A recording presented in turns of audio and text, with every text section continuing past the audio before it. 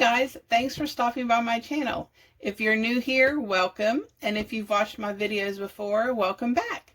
I'm excited for everything we're going to accomplish together in 2024. My name is Tanya, and I make budget and organizing videos with little tips and tricks that I'm learning along the way. I really started this channel just to hold myself accountable in my own journey, but I really do hope it inspires you to either start or stick with your budget journey.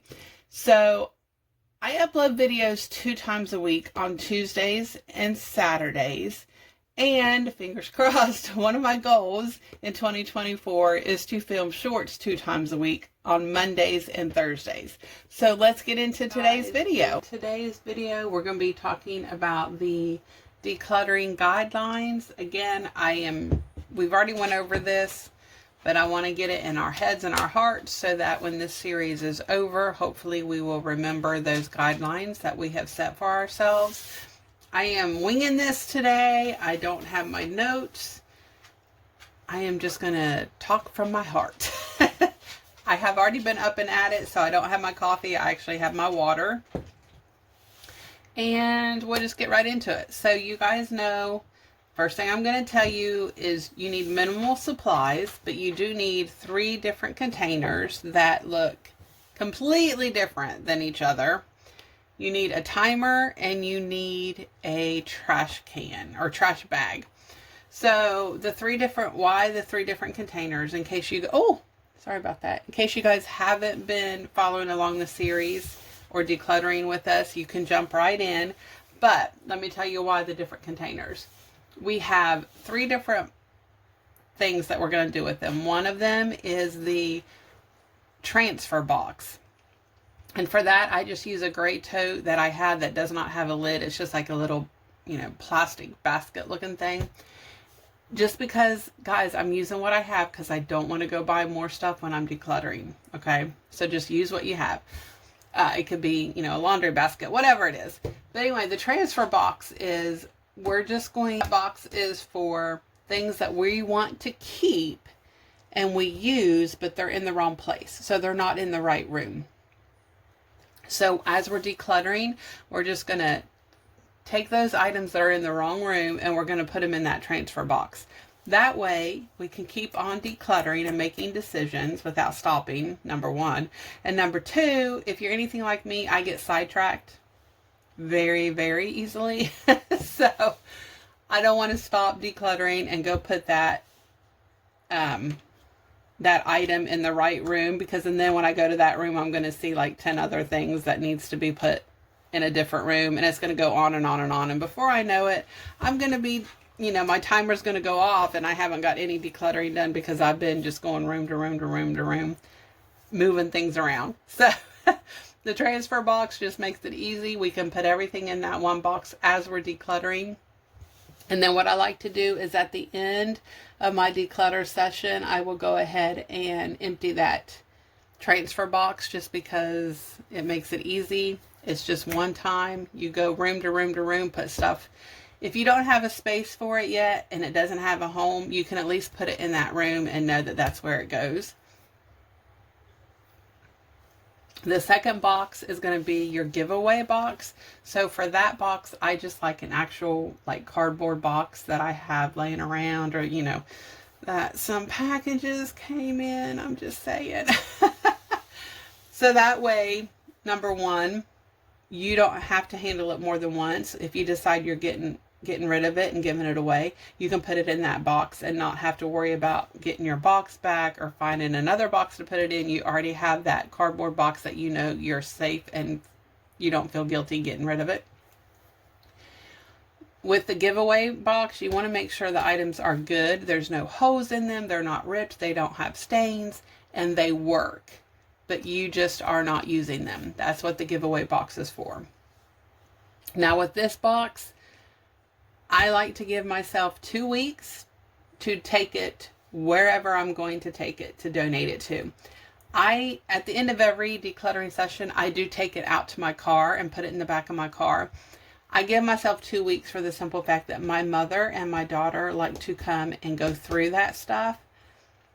And I mean, I see them on, at least a weekly basis, if not a daily basis, or, a couple, 2 or 3 times a week. So as soon as they get done going through it and deciding if they want anything that day, usually I will take it and get rid of it and donate it to whatever organization I'm going to donate it to. Just depends on what kind of stuff it is where I donate it to. But they're all pretty good about having, even if they're not open, like when I go to work in the morning, they have drop boxes. And if it's something that I don't want to put in the drop box because it'll either break or, you're just not sure, then they're usually open and available when I leave work so that I can just swing by and drop it off. And they know me by now, so it's fine. So that's my giveaway box. You don't want to hold on to things and say, oh, I know so-and-so would like this, but yet you might see so-and-so, once every 6 months. It's just not feasible to hold on to that kind of stuff because for the specific person, because what it's going to end up having is you're going to have boxes and boxes and piles that is going to be for certain people. And then you're going to either forget it's there because it's so much piled up on top of it, or you rarely see them. And when you do see them, you guys just visit and then you forget to give them that item. So if there is something specific that I know someone is looking for, if they put it out there, hey, I'm looking for this, if anyone happens to have one, if I have it and I'm getting rid of it, I might shoot them a text and be like, hey, I have this. Are you still needing it? Do you want it? And if so, I'll set up a time with them right then and there. It'll be within a week or two and be like, hey, these are the dates I'm available. Do you want me to drop it off? Do you want to come get it? Do you want to meet somewhere? That kind of a thing. Just so you don't have items sitting around everywhere in your house, because our goal is to declutter. So you don't want to have that stressing you out and just sitting around everywhere, if that makes sense. Box 3 is your pause box. And this is a very dangerous box. It is stuff that you come across as you're decluttering. Again, we want to make it quick and just make quick decisions. And if it's something sentimental or you get hung up on and you're not mentally prepared to make that decision yet, that's what your pause box is for. It's also great for overflow. Right now, I don't have anything in my pause box. Right now, I have 2 pause boxes. I keep 2 just because if I'm overflowing dishes or towels or something, sheets, something like that, they tend to be a bit bulky. So I like to have 2 boxes just in case. Right now, both of my pause boxes are empty. So yay for me. But with this, I like to use a container with a lid because you can put it away and know that those items are safe, but you don't have to deal with it right now. So basically, when you're decluttering, you want to move quickly and make decisions quickly. If you come across something, for instance, my brother passed away and I was given one of his, I was given a do-rag from him, which is, just like a handkerchief, but I was given a blanket of his. So I'm like, I know that I don't want to get rid of those, but what do I do with them? Where do I put them? Do I want to use them, or do I just want to put them up and use them on special occasions? There's just so much, so something like that I would probably put in my pause box just until I find the right home for it, or until I decide what I want to do with it, where do I want to store it? Do I want to use it on a regular basis? Do I want to display it? What do you want to do? So that's just an example of what the pause box is for. Also, if, if you have, I don't know, somebody's in the family an heirloom of a Christmas platter, but you're not going to use it, but you feel guilty getting rid of it, put it in your pause box.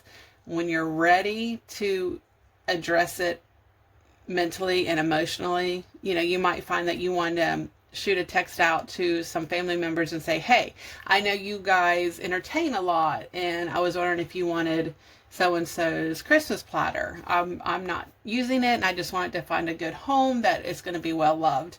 You know, that kind of a thing. The only problem with this box is not everything is sentimental, number one. And I don't want you to put everything in that category so that you are not making decisions. That's not what it's for. It's not a crutch for you to decide, I don't want to make a decision on this, so I'm just going to put it in my pause box. Because and then you're not making any decisions and you're not decluttering at all. And then you're going to have, 20 boxes sitting around your house that are your pause boxes. And you don't have space for them, and you're not decluttering. You're just using that as an excuse not to make decisions. So be brutal, be honest with yourself. There are a couple of things that I've come across that I have put in the pause box for the simple fact that I was not ready to deal with them yet. Either people had made me stuff and I was like, oh, I feel guilty getting rid of that because it was handmade, or someone had passed away and this was theirs, or, just different things like that. That can be very hard. So put it in the pause box.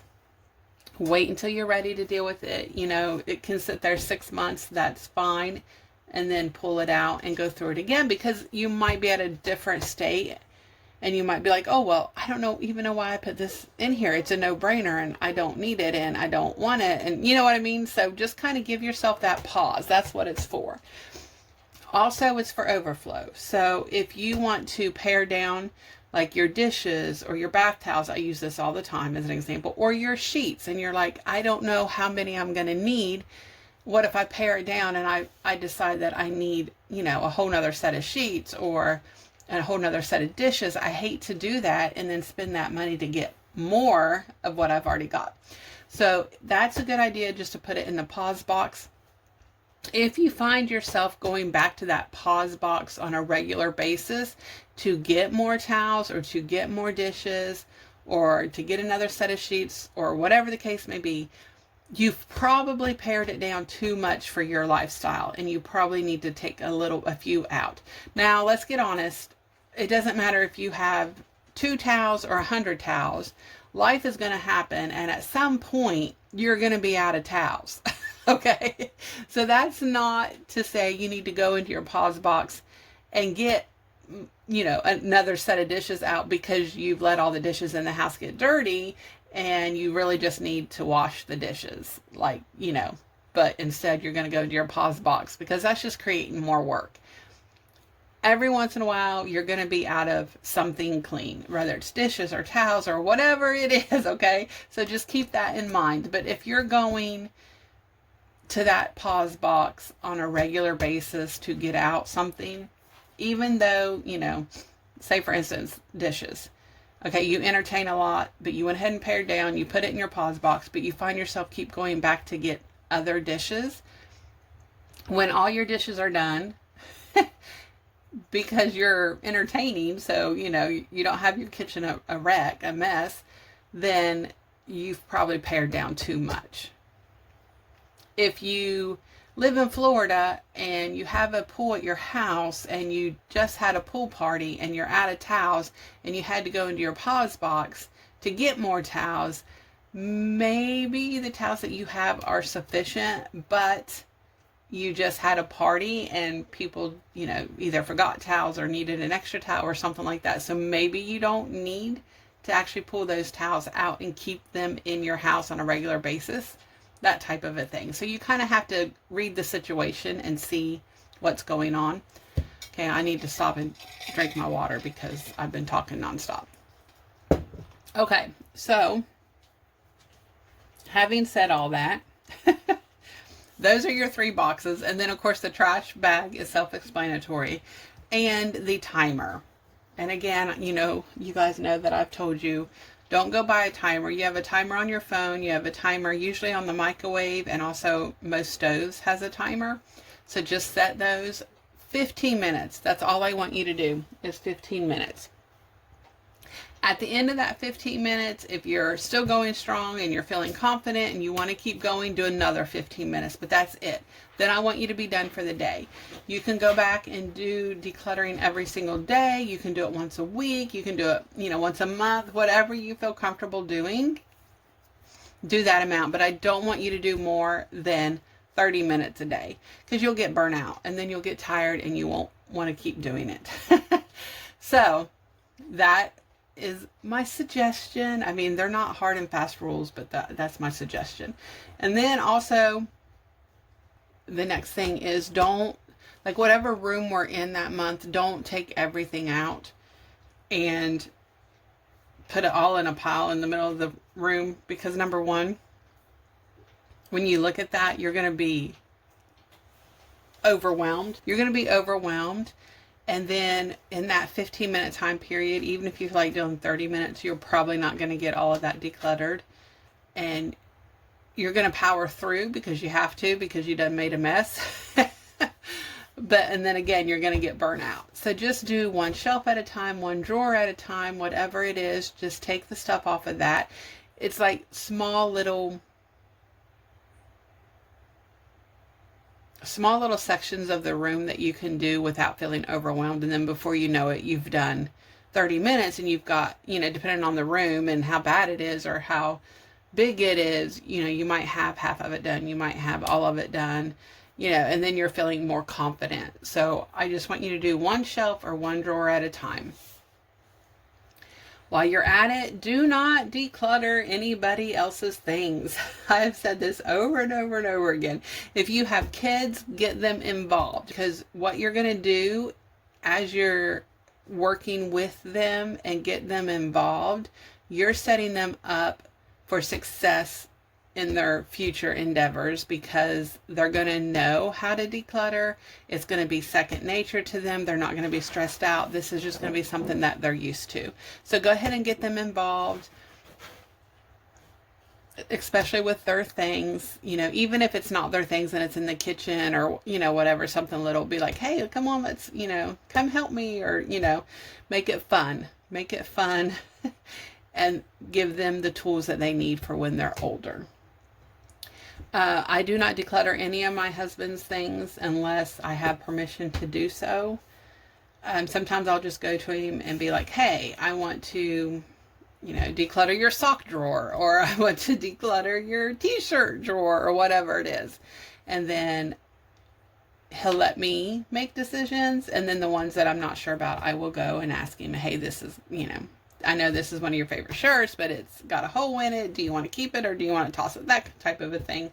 It's just very simple. I just, again, make sure he's involved and I don't do it for him or without telling him, because that's going to create more of an issue.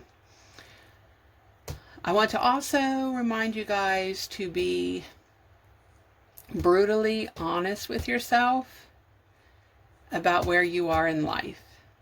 Okay? You can call it your true self versus your ideal self, whatever it is. But I know that I do not decorate for holidays. I'm not the type of person that has throw pillows that I change out, or door wreaths or anything like that. So for the longest time, I bought those things because that's what I was supposed to do, right? Or that's what I thought I was supposed to do. But I know that I never used them because that's not who I am. We have 2 dogs. We have a really big dog. We live in an area that has red clay mud. So I'm not going to be buying all of these frilly, cutesy things and putting them out when they're just going to get ruined. And, it's more effort for me than what it's worth. But I had to come to that hard reality that that's not who I am. I love looking at other people's houses that decorate like that. And, I'm like, oh, that's so nice. I wish I could do that. But I know now that's not who I am, and that's not who I'm ever going to be. I don't think I will ever be that person. So I'm not going to spend that money buying all those things and have them sitting around the house when I'm not going to use them. And it took me a long time to get to that point where I was okay with that. I mean, I'm not going to tell you it was easy, because it was rough, but I was able to get to that point. I used to be a stay-at-home wife and mother. I think I've told you guys this. And so I used to bake and cook all the time. So I had like all the kitchen gadgets, to make my life easier. Now I work outside the house. I work 40 plus hours a week. So now in this season of my life, I'm in it for convenience. So I was able to get rid of a bunch of my kitchen gadgets because I don't use them anymore. And for me, convenience is more important right now. I used to make homemade wipes and homemade laundry detergent. And yes, I was that person. Like, I did everything homemade. But now, not so much. It's all about convenience for me now, and that's okay. That's the season of life that I'm in. When I retire, it might be different. I might go back to my old ways, but right now, the season that I'm in now, there's no need for me to keep all those things and keep my house cluttered when I'm not going to use them. So you just kind of have to get honest with yourself. Brutally honest. Like, sometimes it's painful to actually be honest with yourself, but in the long run, it'll be worth it. I feel so much better now. And, now that I don't have all that stuff holding me down, I don't know. I feel lighter. I feel less stressed. So it's only going to be good. It's only going to be good if you're honest with yourself. I think I've covered everything. If not, we'll get to it in the next video, the next time I do my decluttering guidelines. But honestly, just give yourself grace, be kind to yourself, and know that any little bit that you're doing is better than none. That's my advice to you. We are going to be doing paper clutter this month. So next Saturday, I'll be going over some of it with you guys. Well, that's all for today's video. Thank you so much for watching my content. I really do appreciate it. Don't forget to hit that subscribe button and the like button. Feel free to comment and share on my videos. Thanks, guys, and until next time, stay safe and have a great day.